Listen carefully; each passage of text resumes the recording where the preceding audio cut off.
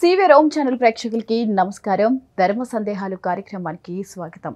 భారతీయ సంస్కృతి సంప్రదాయాల్లో సనాతన ధర్మం గురించి ప్రత్యేకంగా చెప్పబడింది. మరి అటువంటి ధర్మ మార్గాల గురించి తెలియజేయడానికి ఈ కార్యక్రమం యొక్క ముఖ్య ఉద్దేశం. ఈ కార్యక్రమంలో అనేక ధార్మిక విషయాలను, సందేహాలను, పరిష్కార మార్గాలను, మన సనాతన ధర్మ నియమాలను మరియు వాటి ఫలితాల గురించి తెలియజేయడానికి మనతో పాటు ఉన్నారు ప్రముఖ ఆధ్యాత్మికవేత్త అమరవాది శేషయ్య గురువు గారు. వారిని అడిగి మరిన్ని విషయాలు వివరంగా తెలుసుకుందాం. నమస్కారం అండి గురుగారు. తప్పకుండా బంగారు, చాలా ఆశ్చర్యం.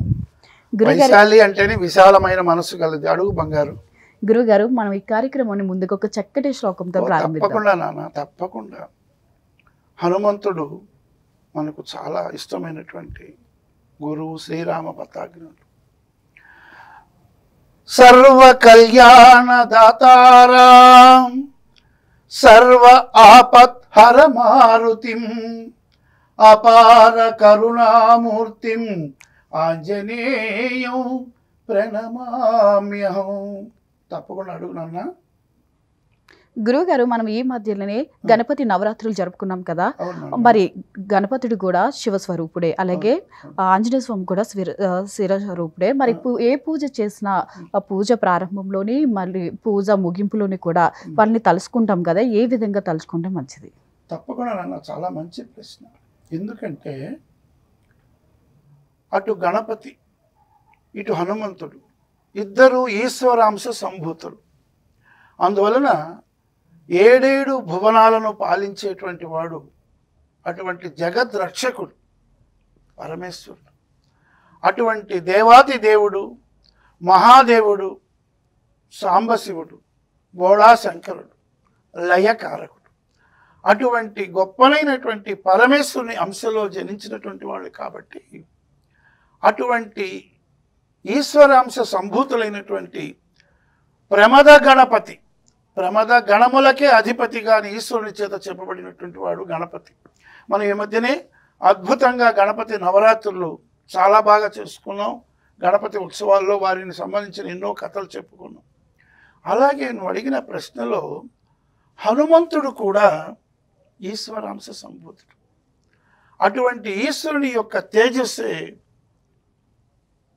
పార్వతి మన యొక్క అగ్నిదేవుడి మూలంగా గాలిదేవుడి, వాయుదేవుడికి పోవడం, తిరుమల సప్తాద్రి పర్వతాల్లో అంజనాద్రిలో ఆమె తపస్సు చేస్తుండే ఆ వాయుదేవుడు ప్రతిరోజు ఒక ఫలితాన్ని ఇవ్వడంలో ఇటువంటి తేజస్సు కూడా వాయుదేవుడిని గురించి అంజనాదేవికి ఈశ్వర తేజస్సు చేరడం వల్ల అటువంటి హనుమంతుడు శివాంశ సంభూతుడుగా జన్మించాడు.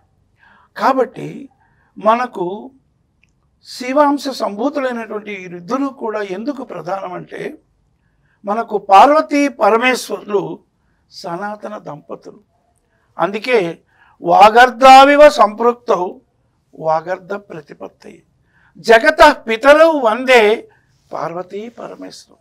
కాబట్టి ఆది దంపతులు, సనాతన దంపతులు. కాబట్టి వారి పూజ సర్వాంతర్యామి, ప్రకృతి పంచభూతాత్మకమైనటువంటి స్వరూపంగా, శక్తి బీజంగా, అటువంటి అమ్మ ప్రకృతి స్వరూపంగా, శివుడు పరమ పురుషుడుగా ఉంటాడు. కాబట్టి ఈ ఏడేడు లోకాలను పాలించేటువంటి ఆ పార్వతీ పరమేశ్వరులు సనాతన దంపతులు. కాబట్టి అటువంటి ఈశ్వర అంశే అన్నిటికీ అనేక బ్రహ్మ విష్ణు మహేశ్వర స్వరూపం కూడా ఓంకార ప్రణవనాథ స్వరూపంలో అమ్మవారు ఉంది. కాబట్టి ఒక అతీతమైన శక్తి మనకు ఏడు లోకాలు, భూలోక, భూరలోక, సువర్లోక, మార్లోక, తపోలోక, మహాలోక, సత్యలోకాలని ఏడు లోకాల పైన సప్త భువనాలలో మణిద్వీపవాసినిగా అమ్మవారు ఉంటుంది. కాబట్టి ఆ పైన అనంతమైన చైతన్య కాంతి స్వరూపములో ఈశ్వర తేజస్సు ఉంటుంది. కాబట్టి నిర్గుణ స్వరూపం,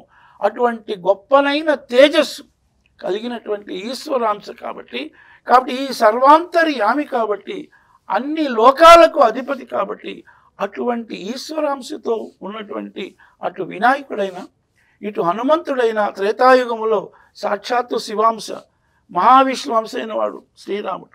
కాబట్టి అటువంటి శ్రీరాముడికి హనుమంతుడికి శివాయ విష్ణు రూపాయ శివరూపాయ విష్ణువే అన్నట్టుగా శివరూప అసేప శివకేశవ అభేదంగా కూడా మనం చెప్పుకోవచ్చు. కాబట్టి ఇన్ని విధాల ఈశ్వరుడు ప్రధానం. కాబట్టి అటువంటి ఈశ్వరుని అంశలో పుట్టినటువంటి వీరిద్దరిని పూజ చేయడం ఎప్పుడైతే వినాయకుడితో మనం, అది బ్రహ్మ కూడా వినాయకుడికి చెప్తాడు, ఎవరు ఏ ప్రమద గణనాథ గణపతిగా ఈశ్వరుడు గణపతిని పెడితే బ్రహ్మ ఈ విధంగా నువ్వు ప్రతి ఒక్కరు ఎవరు పూజ చేసినా తను ఆజ్ఞిస్తాడు, ఫస్ట్ హరిత చూర్ణంగా మొదట మిమ్మల్ని కొలవాలని. ఆ విధంగానే మహావిష్ణువు యొక్క అంశలోనే గణపతి పుడతాడు అని పార్వతికి చెప్తాడు. ఆ యొక్క గజాసురుని సంహరించడానికి దేవతలందరూ మొరపెట్టుకుంటే విష్ణు వంశంలో పుడతాడు. అందుకే మనం ఆయన శ్లోకాన్ని మొదట చెప్పేటప్పుడు పూజలో వినాయకుడికి శుక్లాంబరధరం విష్ణు శశివర్ణం చతుర్భుజం ప్రసన్నవదనం ధ్యాయే సర్వ విఘ్నోపశాంతయే అంటాం. అంటే శుక్ల అంబధరుడు, తెల్లనైన వస్త్రం ధరించిన వాడు విష్ణు, మహావిష్ణువు యొక్క అంశ కలిగిన వాడు, శశివర్ణం చంద్రుని వంటి కాంతి కలిగిన వాడు, అటువంటి ప్రసన్న వదనం, అటువంటి విఘ్నాయకుడిని ప్రసన్నంగా మనం చూసుకునే విధంగా ధ్యాయేత్ మనం కొలుస్తాం అని మనం చెప్పుకున్నట్లుగానే వినాయకుడికి అంత ప్రాధాన్యం బ్రహ్మ విష్ణు మహేశ్వరులు కూడా ఇచ్చారు. కాబట్టి అటువంటి విధంగా మొదట గణపతిని పూజిస్తే దేవతా గణమునకే ప్రమద గణపతికే తాను గొప్పవాడు. కాబట్టి అటువంటి గురుగారు శుక్లం భద్రం శ్లోకం చాలా చక్కగా వివరించారు. చాలా మందికి ఆ శ్లోకం తెలుసు, కానీ దాని అంతరార్థం ఏంటో కూడా చాలా మందికి తెలియదు.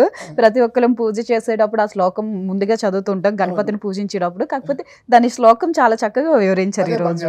కాబట్టి అటువంటి ప్రమద గణపతిని మొదట తలుసుకోవడంలోనే బ్రహ్మ విష్ణు మహేశ్వరాది యొక్క ఆశీర్వాదంతో తాను జన్మించాడు, అతను ఉన్నాడు. కాబట్టి ఆ ఓంకార ప్రణవనాథుడు అటువంటి గొప్పనైన శక్తి బీజమే. కాబట్టి ఆ మనకున్నటువంటి షట్చక్రాలలో కూడా నాగకుండలి యోగంలో శక్తి యొక్క బీజంగా మూలాధార శక్తియుతుడుగా వినాయకుడు ఉంటాడు. కాబట్టి మనం మొదట వినాయకుడు కొలాలి. అలాగే చివరిలో కూడా మనం ఎటువంటి పూజలు చేసినా ఆంజనేయుడితో ఆరతి ఇవ్వడంలో ఆంజనేయుడు మనకు ధైర్యాన్ని ఇచ్చేవాడు, మన ఆపదల్లో నుంచి కాపాడేవాడు. కాబట్టి ఎత్ర ఎత్ర రఘునాథ కీర్తనం తత్ర తత్ర అన్నట్టుగా ఎక్కడైతే రామకీర్తనం చెప్పుతామో అక్కడ ఉంటాడు. ఎందుకంటే రామ అనే పదములోనే అద్భుతమైనటువంటి శివకేశవ అభేదంగా ఉన్న అక్షరం, అది జపించే సముద్రాన్ని దాటాడు హనుమంతుడు. చాలా ఉన్నాయి కథలు. కాబట్టి నమశివాయలో ఉన్న మా, నమో నారాయణాయ అనే దాంట్లో రా, ఈ రెండు అక్షరాల మేళవింపులోనే శివకేశవ అభేదంగా నాడు మంత్రోపదేశంగా సప్త ఋషులు మొట్టమొదట ఆ యొక్క బోయవాడి రూపం ఉన్నటువంటి వాల్మీకి ఒకప్పుడు మొదట అటువంటి అతనికి మర అనే అక్షరాన్ని చెప్పబట్టే అది జపిస్తూ జపిస్తూ రామ మరా మరా మరా అయింది. కాబట్టి అటువంటి గొప్పనైన హనుమంతుడు మనకు అద్భుతమైనటువంటి శ్రీరాముని పద అగ్రగణ్యుడు. ఇటువంటి గొప్పనైన శివాంశ కలిగినవాడు కాబట్టే మనల్ని రక్షించడానికి ఉన్నాడని చివరిలో అటువంటి ఈశ్వరాంశతోనే కూడినటువంటి హనుమంతునితోనే మనం చివరి ముగింపు చేయడం అనేది మన హైందవ ధర్మ ఆచారంగా మనకు పెద్దల ఆశీర్వాదంతో వచ్చినటువంటి శివకేశవ అభేద రూపమైనటువంటి రాముడు ఏ విధంగా మనకు శివకేశవ విధంగా రాముడు హనుమంతుడు ఉంటారు, ఆ విధంగా సర్వవ్యాపకుడైనటువంటి ఈశ్వర శక్తి పరాశక్తి యొక్క చైతన్య కాంతి పార్వతీశ్వరుల అర్ధనారీశ్వరుల తత్వంగా ఉంది. కాబట్టి అటువంటి చైతన్యమైనటువంటి కాంతి ప్రసరింపబడినటువంటి అటు వినాయకుడైన ఇటు ఆంజనేయుడైన ఉండాలి. కాబట్టి మనం ఏ పూజలు చేసినా ఆ స్మరణలోనే స్వామి యొక్క ఆశీస్సులు, మహాదేవుడైనటువంటి చైతన్య కాంతి యొక్క ఆశీస్సులు, ఆ లయకారకుడి యొక్క ముక్తి ప్రధానంగా మనం చేరుకోవాలంటే ఆ ఈశ్వరాంశను ధ్యానం చేయడం, పూజ చేయడం అది ఒక మన పద్ధతిగా హైందవ ఆశీర్వాదంతో గురు ఆశీర్వాదంతో ఏర్పడినటువంటి అద్భుతమైనటువంటి పూజా కార్యక్రమంగా మనం చెప్పుకోవచ్చు. బంగారు, అది వైశాలి అనగానే విశాలమైన భావంతో అడిగావు, చాలా సంతోషం. చెప్పు నాన్న. గురుగారు ఇప్పుడు హనుమాన్ చాలీస్ అనేది మన అందరికీ తెలిసిందే, అవును. కాకపోతే అది ఎవరు రచించారు అనేది తెలియదు. ఎందుకు హనుమాన్ చాలీస్ రచించింది ఎవరు, అలాగే హనుమాన్ చాలీస్ ఏ భాషలో ఉంటుంది, ఎక్కడ చెప్పబడింది? తప్పకుండా బంగారు, ఇది చాలా గొప్పనైన విషయం. రామచరిత మానస్ అన్నటువంటి ఒక గొప్పనైనటువంటి రామ కథాగానాన్ని క్రీస్తు శకం 1505 సంవత్సరంలో జన్మించినటువంటి వాడు గోస్వామి తులసీదాస్. ఆయన మనం ప్రస్తుతం చెప్పుకునే త్రివేణి సంఘం ప్రయాగ ఉంది కదా, ఆ క్షేత్రములో అటువంటి ప్రయాగకు జన్మించినటువంటి వాడు. ఆయనకు ఒక్కసారి ఆంజనేయ స్వామి అతనికి దర్శనమిచ్చి రామ కథాగానం రాయడానికి మార్గదర్శకుడైనాడు. ఇకపోతే ఈ రామచరిత మానస్ అంతా కూడా ఈ గోస్వామి తులసీదాసు అవధి భాషలో దోహాలుగా రాశాడు. అటువంటి గొప్పలైనటువంటి రామచరిత మానస్ రాసినటువంటి వాడే గోస్వామి తులసీదాసు. అయోధ్యలో సరయూ నదీ తీరంలో రోజు పారాయణం చేస్తున్న సమయంలో అటువంటి గొప్పనైనటువంటి ఆ కథాగానాన్ని, ఇందాకే మనం అనుకున్నాం కదా, ఎత్ర ఎత్ర రఘునాథ కీర్తనం అక్కడ ఉంటాడని, అప్పుడు హనుమంతుడు అక్కడికి వచ్చి అతని సందేహాలన్నీ తీరుస్తూ ఉండేవాడు ఆ రామ నామ గానంలో. అటువంటి సమయంలో అది చూసి ఆశ్చర్యపడ్డాడు గోస్వామి తులసీదాసు.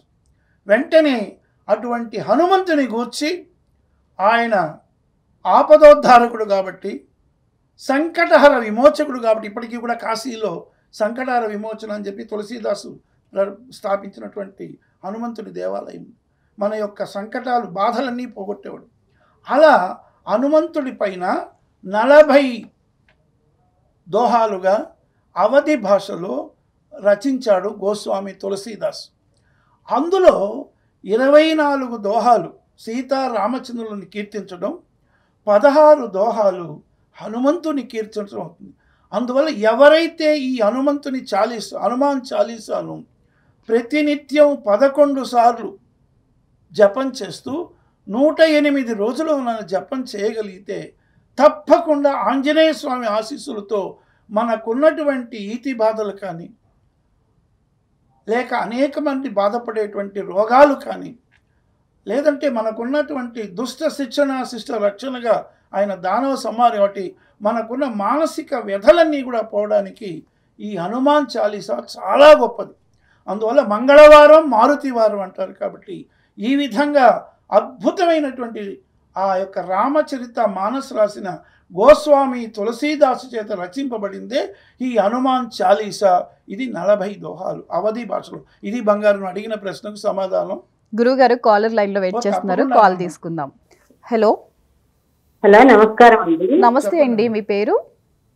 నా పేరు పద్మ అండి, మాస్టాప్ నుంచి మాట్లాడుతున్నాను. ఓకే, మనతో పాటు గురువు గారు ఉన్నారు. గురువు గారితో మాట్లాడి మీ యొక్క ధర్మ సందేహం ఏంటి అడగండి.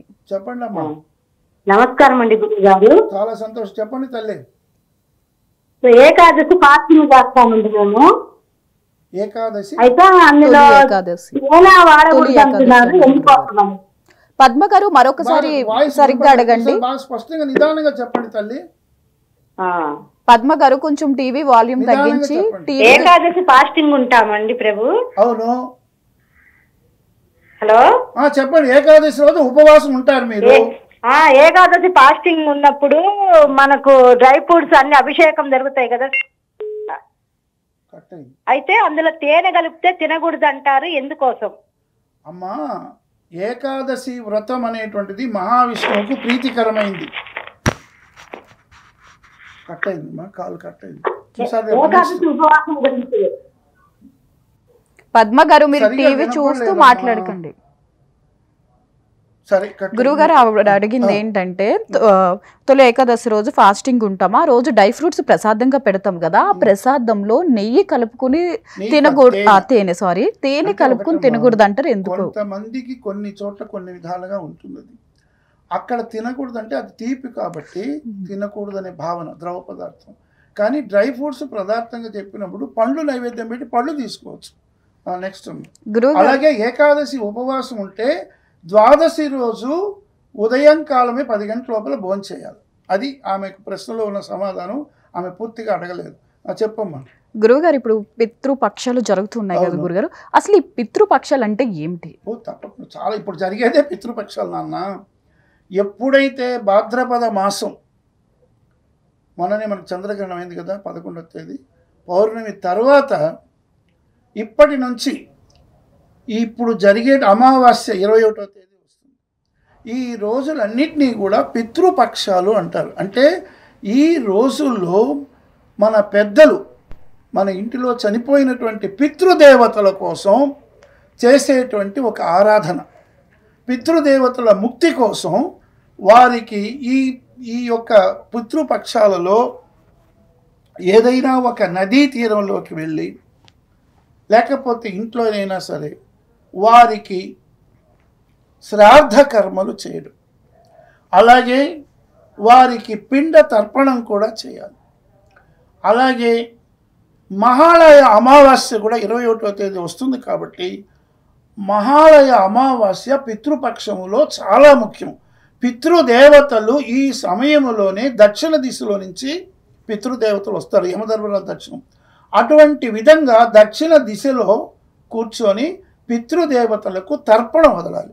నువ్వులతో మన యొక్క చనిపోయినటువంటి వారి వంశములో వసు రుద్ర ఆదిత్య రూపాలను ఉంటారు. వసు రూపం అంటే మన తండ్రి తర్వాత తాత ఆ రుద్ర రూపం, తాత తర్వాత ముత్తాత ఆదిత్య రూపం, అలాగే అమ్మ వసు రూపం చనిపోయినటువంటి వాళ్ళకి, అలాగే రుద్ర రూపంలో అమ్మకు అత్తగారు, ఆ తర్వాత ఆదిత్య రూపంలో అత్తగారికి అత్తగారు. ఈ విధంగా వసు రుద్ర ఆదిత్య రూపాలుగా వారికి మనము పిండ ప్రదానం చేయడం ఒకటి. అలాగే తర్పణాలు కుడి బొటన వేలుతో ప్రాచీనావీతిలో వదలాలి, ఎడమ పక్కన యజ్ఞోపవీతి వేసుకుని. ఇది చాలా ముఖ్యం. మనం ఇది చేయలేకపోతే కనీసం బ్రాహ్మణుని పిలిచి స్వయం పాకంగా మనకు పెద్దలకు ఇష్టమైనటువంటి పదార్థాలతో పాటు బియ్యము, అవిశాకు, అలాగే కందిపప్పు ఇలాంటి అవన్నీ కూడా ఇచ్చి దక్షిణ ఇచ్చి మనం స్వామికి బ్రాహ్మడికి నమస్కరించుకోవచ్చు. ఈ విధంగా పితృపక్షంలో మనం చేసే సమయంలో ఇవన్నీ కూడా పితృదేవతలకు ఆనందజనతకాలు అవుతాయి. కాబట్టి ఈ మహాలయ పక్షాలన్నీ కూడా శుభకార్యాలు చేయడానికి లేదు. పెళ్ళిళ్ళు కానీ, నోములు కానీ, ఇది నామకరణాలు, గృహప్రవేశాలు, గృహ ఆరంభాలు ఏవీ చేయకూడదు. కేవలం పితృదేవతల తృప్తి కోసమే ఈ యొక్క 15 రోజులు కూడా ఇది కూడా కృష్ణపక్షం అంటాం, భాద్రపద కృష్ణపక్షం. ఈ సమయంలో చేసేటువంటి పితృకర్మలే మహాలయ పక్షాలు అంటాం. ఇది బంగారం. దీన్ని ఇంకా ఏం చేయాలంటే బాగా కొంచెం శక్తి ఉన్నవాళ్ళు పోగలిగితే మనకు గయా శ్రాద్ధం ఉంది, అక్కడ వెళ్ళొచ్చు. లేకపోతే బద్రీనాథ్, అక్కడ బ్రహ్మకపాలం ఉంటుంది, అక్కడ 32 పిండాలు పెట్టవచ్చు.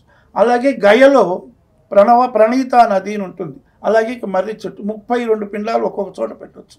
ఈ విధంగా పితృదేవతలకు తృప్తి చేసే విధంగా ఈ మహాలయ పక్షాల్లో మనం కనీసం మనం ఏదీ చేయలేకపోయినా స్వయం పాకంగా కూడా ఒక పదార్థాలను, ఆకుకూరలని, బియ్యము కూడా పితృదేవతల ఆశీర్వాదంగా మనం ఇవ్వడం చాలా ఉచితం బంగారు. ఇది సూక్ష్మంగా మనం చెప్పుకున్నది. అందులో ఇప్పుడు పితృపక్షాలు కాబట్టి తప్పకుండా పితృదేవతల ఆశీస్సులు అందరికీ ఉండాలని మనం ప్రార్థిద్దాం. చెప్పు బంగారు. గురుగారు మరొక కాలర్ లైన్ లో వెయిట్ చేస్తున్నారు, కాల్ తీసుకుందాం. హలో హలో గురుగారు, కాల్ కట్ అయింది. గురుగారు, ఇప్పుడు ఈ పితృపక్షాల సమయంలో గోమాతలకు కానీ లేదా పితృదేవతలకు కానీ ఎటువంటి ఆహారం పెడితే మంచిది, మంచి ఫలితాలు లభిస్తాయి? ఒకటేనన్నా, ఇప్పుడు ఈ సమయంలో గోమాతకు పెట్టడంలో చాలా ఆంతర్యం ఉంది. ఎందుకంటే మనకు అద్భుతంగా భగవంతుడిచ్చిన వరప్రసాదం గోమాత. మన హైందవ మతంలోనే ఒక ఆరాధ్య దేవత. 33 కోట్ల దేవతలు ఉంటారు. ఆవు, అందులోనూ ఆవు అగ్నిస్వరూపం. ఇకపోతే మన పురాణ కథలుగా తీసుకుంటే నవబ్రహ్మలను ఉన్నారు. ఆ నవబ్రహ్మలు కూడా బ్రహ్మ మానస పుత్రులుగా జన్మించి విష్ణువు యొక్క ఆజ్ఞ చేత సృష్టి కార్యక్రమం చేయడానికి సహాయభూతులైన వాళ్ళు బ్రహ్మకు. ఆ 9 మంది నవబ్రహ్మల్లో ఒకరు మరీచి మహర్షి. అటువంటి మరీచి మహర్షికి అలాగే విష్ణువు యొక్క పూజ గురువు గారు. చేసి తపస్సు చేసినటువంటి కర్దమ ప్రజాపతుల సంతానం చెప్పునమ్మా. కాలర్ లైన్ లో ఓకే ఉన్నారు, అమ్మా. కాల్ తర్వాత తీసుకుందాం. చెప్పుకుంటాం. అడగమ్మా. హలో చెప్పనమ్మా. హలో నమస్తే అండి, అమ్మా మీ పేరు? అమ్మా ముందు ఓం ఛానల్ వారికి ధన్యవాదాలు. మంచి మంచి కార్యక్రమాలు చేస్తున్నారు మీరు. సత్యభామ గాని, ధర్మ సందేశాలు కానీ, ఇంకా విక్రమార్క కథలు కానీ చాలా చాలా మాకు భావితరాల వాళ్ళకు మంచి సందేశాలు ఇస్తున్నారు. ముందుగా మీకు ధన్యవాదాలు చెప్తున్నాము. అలాగే థ్యాంక్స్ అండి. గురువు గారు యథార్థవాది ఉన్నది ఉన్నట్టు చెప్పే గురువు గారి పెద్దలకు, దైవ సమానులకు నమస్కారం చేస్తూ చాలా సంతోషం. చెప్పండి. అడుగుతున్నామండి. చెప్పండి. ఓకే, గురువు గారితో మాట్లాడి. పెద్దలు తల్లిదండ్రులు ఉన్నప్పుడు వాళ్ళ జీవాత్మను చాలా ఇబ్బంది పెట్టి వాళ్ళకు కనీసం తినడానికి తిండి కూడా తక్కువ పెట్టని వాళ్ళు చాలా ఇబ్బందులు పెట్టి ఇప్పుడు చనిపోయిన తర్వాత వాళ్ళ ప్రేతాత్మకు మంది చూడడానికి అవి ఏదో తీసుకొచ్చి పెడితే వాళ్ళు పితృదేవ సంతోషపడతారా? మీరు అడిగిన ప్రశ్నకు మనకు కలుగుతారా? అదే మీరు అడిగిన ప్రశ్నకే ఎలా చూడాలి? ఓకే, మీరు అడిగిన ప్రశ్న చాలా అద్భుతమైన ప్రశ్న. దానికి నేను సమాధానం కూడా వివరంగా చెప్తాను. ఇందాకే అన్నారు యథార్థంగా మాట్లాడే గురువు గారు వచ్చారు కాబట్టి చాలా సంతోషం ఉన్నారు. మనం ఏదైనా ఉన్నది వాస్తవానికి, సత్యానికి, ధర్మానికి దగ్గరగా చెప్పుకోవాలా. మీరు చాలా ప్రశ్న వేశారు. మీరు అడిగిన ప్రశ్నలో చాలా గొప్ప విషయం ఉంది. నేను ఈనాటి సమాజంలో ఉండే యువతకు కానీ ఎవరికైనా మీరు అడిగిన ప్రశ్నలోని సమాధానం చెప్తాను. మనము చనిపోయినటువంటి తల్లిదండ్రులకి వారికి ముక్తి పొందడానికి చేయడమే కాదురా నాన్న, ఇప్పుడు ఉన్నటువంటి తల్లిదండ్రులను కూడా నువ్వు చక్కగా పోషించుకోకపోతే నీ తండ్రి తర్వాత నీ తండ్రి అయినటువంటి నీ తండ్రికి నాన్న, వాళ్ళ నాన్న, వీళ్ళందరూ పితృదేవతల కిందికి వస్తారు. కాబట్టి వాళ్ళ ఆశీస్సులు నువ్వు పొందాలంటే ఇప్పుడున్న నీ అమ్మా నాన్నని అనాథాశ్రమాలకో వృద్ధాశ్రమాలకో పంపకుండా జన్మనిచ్చిన తల్లిదండ్రులు సాక్షాత్తు మనకు పార్వతీ పరమేశ్వరుల స్వరూపం కాబట్టి వారిని పెంచి పోషిస్తే రేపు నీ సంతానం కూడా నిన్ను వృద్ధాశ్రమంలో చేర్చకుండా ఉంటుంది. కాబట్టి ఇది ఒక సైకిల్ చైన్ కాబట్టి కాలచక్రం. కాబట్టి నీవు కూడా పెద్దలకు చేయడం అనే భయాందోళన కాదు ఈ పితృపక్షంలో అనేటువంటి వాళ్ళు కాకుండా ఇప్పుడు జీవించినటువంటి తల్లిదండ్రులను కూడా నువ్వు చక్కగా పోషించుకుంటే నీ యొక్క తాత ముత్తాతల ఆశీర్వాదాలు నీకు ఉంటాయి. ఇది సత్యం. కాబట్టి అది అందరూ తెలుసుకొని ఏదో చనిపోయిన తర్వాత వాళ్ళకి చేయడం కాదు, ఉన్నవాళ్ళను చూసుకుంటేనే పోయిన వాళ్ళ ఆశీస్సులు మనకు వస్తాయనే విధంగా ప్రవర్తించడం చాలా సంతోషం. ఇది ధర్మం, ఇది బాధ్యత. మీరు అడిగిన ప్రశ్న చాలా గొప్పనైంది నాన్న. శుభాశీస్సులు. గురువుగారు మరొక కాలర్ లైన్లో ఉన్నారు, కాల్ తీసుకుందాం. హలో చెప్పండి. హలో చెప్పండి నాన్న. హలో చెప్పండి. వినిపిస్తుంది, చెప్పండి. గురువు గారు మాట్లాడుతున్నారు. నెల్లూరు జిల్లా అల్లూరు చలపరావుని. చెప్పండి. ధృతరాష్ట్రుడు అన్వత్తాన్ని కూడా లెక్క చేయకుండా అతని పరాక్రమాన్ని చూసి గాంధారి వివాహమాడింది. ఎంత పరాక్రమంతుడో తెలపాలి, అది మా కోరిక. ధృతరాష్ట్రుడు ఎలాంటి వాడో తెలుసు కూడా. ధృతరాష్ట్రుడు గాంధారిని అన్వత్వాన్ని చూసి కూడా లెక్క చేయకుండా ఆ యుద్ధంలో చూపిన పరాక్రమాన్ని చూసి వివాహమాడింది. ఎంతటి పరాక్రమంతుడో తెలపాలి. అసలు ధృతరాష్ట్రుడే ఒక అద్భుతమైనటువంటి వినండి చెప్తాను. కౌరవ పాండవుల విషయంలోనే ఒక దుర్మార్గుడైనటువంటి దుర్యోధనునికి తండ్రిగా ఉండి పుత్రవాత్సల్యంతోనే ఉన్నాడే కానీ చివరికి తన కొడుకులు చేసేది తప్పని కూడా తను గుర్తించుకోకుండా వాళ్ళు ఇంద్రప్రస్థ 5 ఊర్లు ఇమ్మని అడిగితే కూడా ఇవ్వకుండా చేశాడు. కాబట్టి ధృతరాష్ట్రుడు పక్షపాతిగానే ఉన్నాడు కానీ ఒక ధర్మమైన రీతిలో ప్రవర్తించలేదు.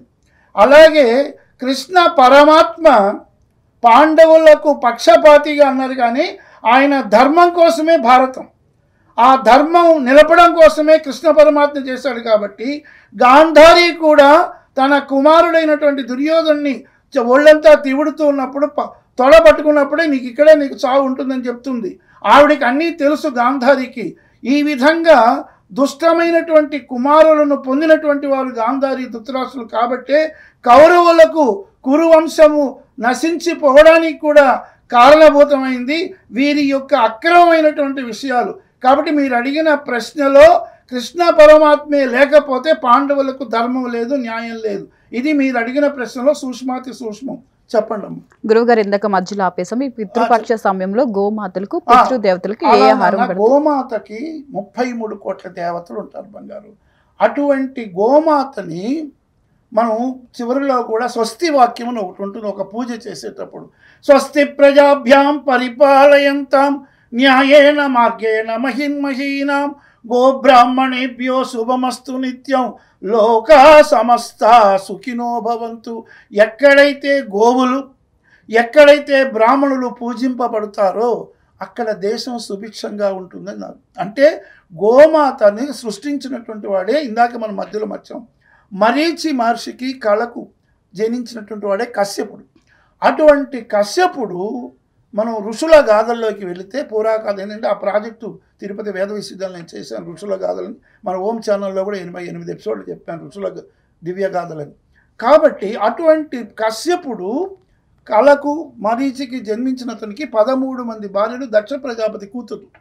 ఆ దక్ష ప్రజాపతి కూతురులో మొదటి కూతురే అతిథి. ఆ అతిథికి కశ్యపుడికి జన్మించిన వాడే ఆదిత్యుడు.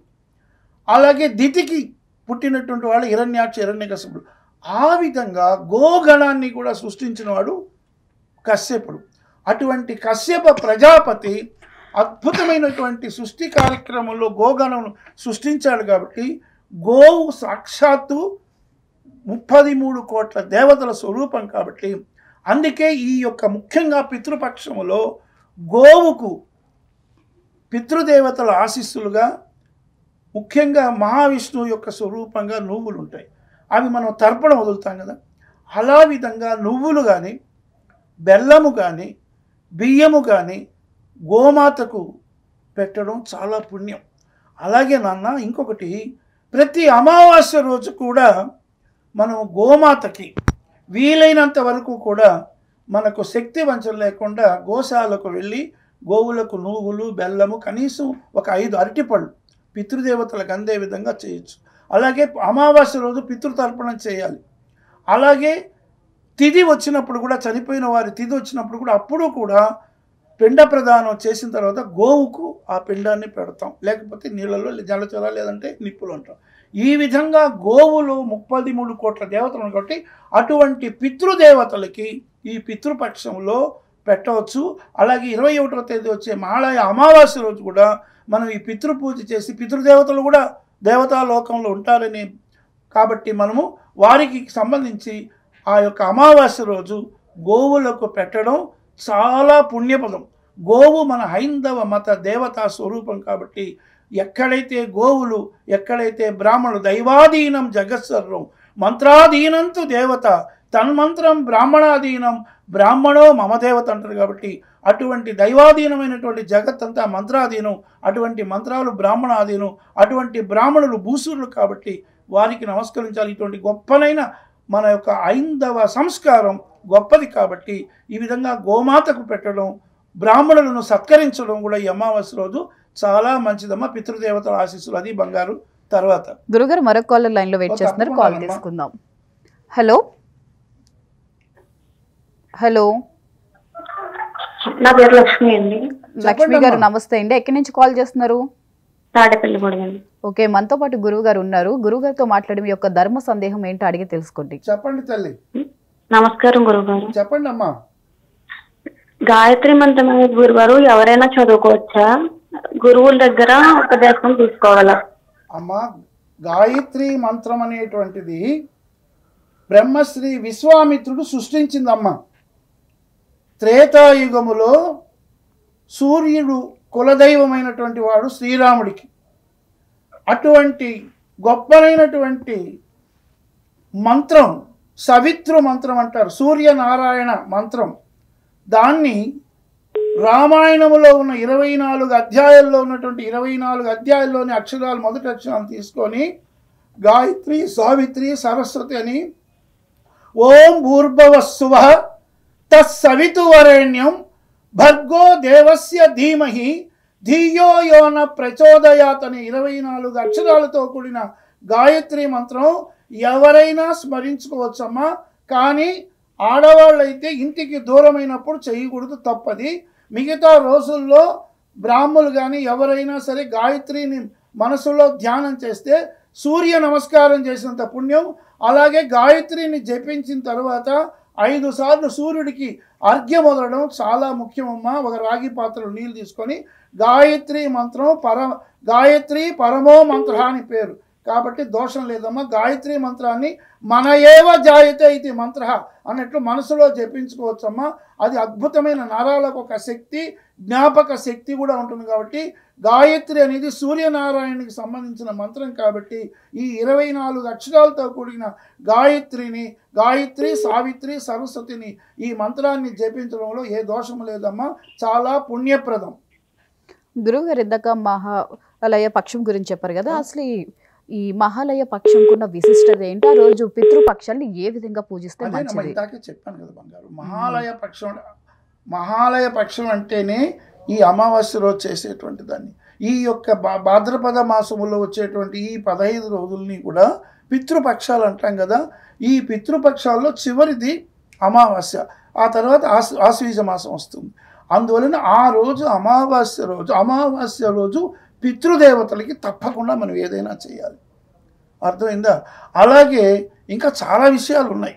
మనం పితృదేవతలకి సరిగా ఏదైనా కార్యాలు చేయకపోతే, పొరపాటుగా వాళ్ళకు చేయాల్సిన పుణ్యకార్యాల్లో తిథి కార్యక్రమాలు చేయకపోతే కూడా ఈ పితృ అమావాస్య రోజు కానీ లేదా ఏ అమావాస్య రోజైనా మామూలుగా అయితే శ్రీశైల క్షేత్రంలో ఒక నంది మెడలో 7 మూరల తెల్ల గుడ్డను చుట్టి 7 ప్రదక్షిణాలు చేసి కుడి చెవిలో తెలుసో తెలియకో మా చనిపోయినటువంటి పితృదేవతలకి మా వల్ల దోషం జరిగిన అటువంటి దోషమును క్షమించాలన్నట్లుగా ప్రార్థన చేస్తే నందీశ్వరుడు ఆ యొక్క ఈశ్వరుడికి చెప్తాడు. ఎందుకంటే ఇందాకే మనం అనుకున్నప్పుడు గోవుకు అంత ప్రాధాన్యం అంటే చాలా చాలా విషయాలు ఉన్నాయి. గోవు యొక్క సంతానములో నంది శివుడికి వాహనం, పార్వతీ పరమేశ్వరులకు. అలాగే వ్యవసాయదారు మనకు పంచభూతాల్లో భూమి ఒకటి కాబట్టి మనకు లభించే ఏ ఆహారమైనా భూమిలో నుంచే పంటలు రావాలంటే ఆ యొక్క నంది ఎద్దు అవసరం. అలాగే ఆవు యొక్క పేడ, నంది కానీ ఏదైనా ఆవు పేడ, అలాగే పంచ గవ్యాలు ఉన్నాయి, పాలు, పెరుగు, నెయ్యి, వెన్న, ఇవి 5 కూడా పంచగవ్యాలు అంటారు. ముఖ్యంగా ఎవరైనా చనిపోతే వారికి ఆ యొక్క అస్థికులు కలపాలంటే ఈ పంచగవ్యములోనే కలిపి అస్థికులను నదిలో వదలాలని శాస్త్రం. కాబట్టి ఇన్ని విధాలుగా గోమాతకు చాలా విశేషం. కాబట్టి ఆ రోజు అమావాస్య రోజు గోమాతకు పెట్టాలి. ఇందాక అనుకున్నట్లే ఆ అమావాస్య రోజు పితృతర్పణం చేయడం చాలా విశేషం. అలాగే మనకు శక్తి ఉంటే ఇంట్లోనే తదిన కార్యక్రమాలు చేయొచ్చు, లేకపోతే నదీ తీరంలో చేయొచ్చు, లేకపోతే ఎవరైనా బ్రాహ్మణుని పిలిచి స్వయం పాకం ఇవ్వచ్చు. ఇది బంగారును అడిగిన దానికి తప్పకుండా పితృపక్షంలో పితృదేవతలను కొలవడం చాలా మంచిది. అలాగే ఇప్పుడున్నటువంటి వాళ్ళు తల్లిదండ్రులను కూడా బాగా చూసుకుంటేనే ఆ పితృదేవతల ఆశీస్సులు కూడా ఉంటాయనేది చక్కటి, ఇందాక ఒక అతను అడిగినట్లుగా అది కూడా చాలా గొప్ప విశేషం. పోయిన వాళ్ళని గురించి కాదు, ఉన్న వాళ్ళను కాపాడుకోవడమే నీ అసలైన ధర్మం. తల్లిదండ్రులు చిన్నప్పుడు పెంచి పెద్ద చేసినటువంటి వాళ్ళని వయసు అయిన తర్వాత చివరి అవసాన కాలంలో వాళ్ళను పోషించడం చాలా ముఖ్యం బంగారు. ఇది విశాలంగా వైశాలి బాగా అడిగావు. చెప్పు బంగారు. గురుగారు కాలర్ లైన్ లో వెయిట్ చేస్తున్నారు, కాల్ తీసుకుందాం. హలో హలో హలో గురుగారు, ఇప్పుడు మనకి సూర్యగ్రహణం రాబోతుంది అంటున్నారు, అది నిజమేనా? సూర్యగ్రహణం రాబోతుందా? ఎప్పుడు వస్తుంది? చాలా ప్రశ్న అడిగావు. దీనికి ఒక చిన్న సందేహం నేను తీరుస్తాను. సూర్యగ్రహణము మన భారతదేశంలో కనపడుతుంది. ఇతరమైన ఆస్ట్రేలియా, న్యూజిలాండ్, ఇతర దేశాల్లో ఉంటుంది. కాబట్టి ఇటువంటి సమయంలో మన భారతదేశంలో కనపడదు. అదే మన చంద్రగ్రహణం వచ్చింది, మన భారతదేశంలో కనపడింది. అప్పుడు గర్భిణీ స్త్రీలు కూడా రాత్రి 9:57 నుంచి 1:26 వరకు, ఆ రోజు 11వ తేదీ అలా ఉండమన్నారు. ఇప్పుడు కూడా సూర్యగ్రహణం మనకు తెలియకపోయినా ఎట్లయినా ఆ సూర్యకాంతి ప్రభావం 10% అయినా ఉంటుంది. కాబట్టి ఆ వీక్షణ మన భారతదేశంలో కనపడకపోయినా సరే, ముఖ్యంగా గర్భిణీ స్త్రీలు వీలైనంత వరకు ఎక్కువ తిరగకుండా ఇంట్లోనే ఉండి వీలైనంత వరకు ఆ సమయంలో సూర్యగ్రహణం మనకు లేకపోయినా 21వ తేదీ కొంచెం జాగ్రత్తలు తీసుకోవడం మంచిదని నా భావన. ఏదైనా ఈ సూర్యగ్రహణం మనకు భారతదేశంలో లేదు, ఆస్ట్రేలియా ఇతర దేశాల్లో ఉన్నది. ఇది నన్ను అడిగిన ప్రశ్నకు సమాధానం. గురువుగారు, నేను ప్రేక్షకులు అడిగిన ప్రతి ప్రశ్నకి చాలా చక్కటి సమాధానం ఇచ్చారు. ధన్యవాదాలు చాలా గురువుగారు. సంతోషం బంగారు. విశాలమైన హృదయంతో వైశాలి బంగారు సివిఆర్ స్పిరిచువల్ ఛానల్ ప్రేక్షకులందరికీ కూడా అద్భుతమైన విషయాలు అందజేసేట్టుగా మనం ఇంతవరకు చెప్పుకున్నాం. ఈ పితృపక్షంలో అందరికీ కూడా అనేక విధాల క్షేమంగా ఉండాలని, ఇక రాబోయేటువంటి ఈ యొక్క అమావాస్య తర్వాత ఆశ్వీజ మాసం వస్తుంది కాబట్టి అప్పుడు కూడా దేవీ నవరాత్రుల్లో అమ్మవారి ఆశీస్సులు ఎన్నో ఉండాలని, ఇప్పుడు ఎన్నో విధాల దేవీ నవరాత్రుల గురించి కూడా నేను చెప్పాను కాబట్టి అవి కూడా 9 ఎపిసోడ్లు వస్తాయి. కాబట్టి ఆ దేవీ నవరాత్రుల్లో కూడా ఆ 9 రోజుల్లో అమ్మవారికి ఎలాంటి అలంకారాలు ఉంటాయని, అందులో మన విజయవాటికలో ఉన్నటువంటి కనకదుర్గ ఏ విధంగా అందరినీ ఆశీర్వదించగల అలంకారాలు ఉంటాయో, ఉత్తర దక్షిణ దేశాల్లో ఎలాంటి అలంకరణ 9 రోజులు ఉంటుందో అలాంటి విషయాల్లో కూడా నవరాత్రులు తెలుసుకుంటానమ్మా. అందరికీ కూడా శుభమస్తు. స్వస్తి. చూసారు కదండి, ఇది ఇవాల్టి మన ధర్మ సందేహాలు కార్యక్రమం. మళ్ళీ తిరిగి మరొక కార్యక్రమంలో కలుద్దాం. నమస్కారం.